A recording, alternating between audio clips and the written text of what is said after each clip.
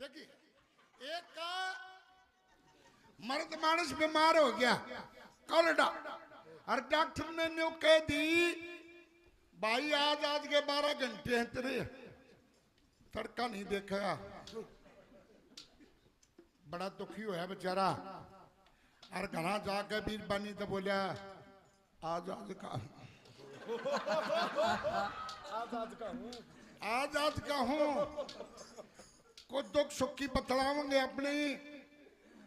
घर बैठ की बड़का की डॉक्टर ने कही 12 घंटे जीवगा इस तक नहीं भाई इवे रात में लाग के बतलान ये 12 बाज लिए ना क्यों डॉक्टर ने बता दी भाई तड़के के बरा उठे ना उठे तू तड़के नहीं उठा 12 घंटे इवो जब 12 बाज लिए ना आंख लाग गई मीचन बोले क्या बात है सौ सुमते